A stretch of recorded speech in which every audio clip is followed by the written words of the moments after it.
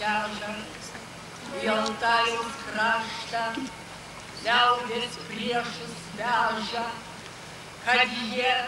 netrukdytų šviesų purt rytojų, kad nesimaišytų valstybei po kojų, kad niekas nedrįstų priešintis ir kenkti, liaudžiai nemirtingai į viršūnes žengti, vėjai po peronus saulėgrąžom čeža į Altajaus kraštą, liaudės priešus veža, atvežė į Piską ilgą ešaloną, durtuvais parėmė iš abiejų šonų,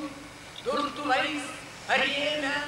sargybiniai tarės kažko nesutarę.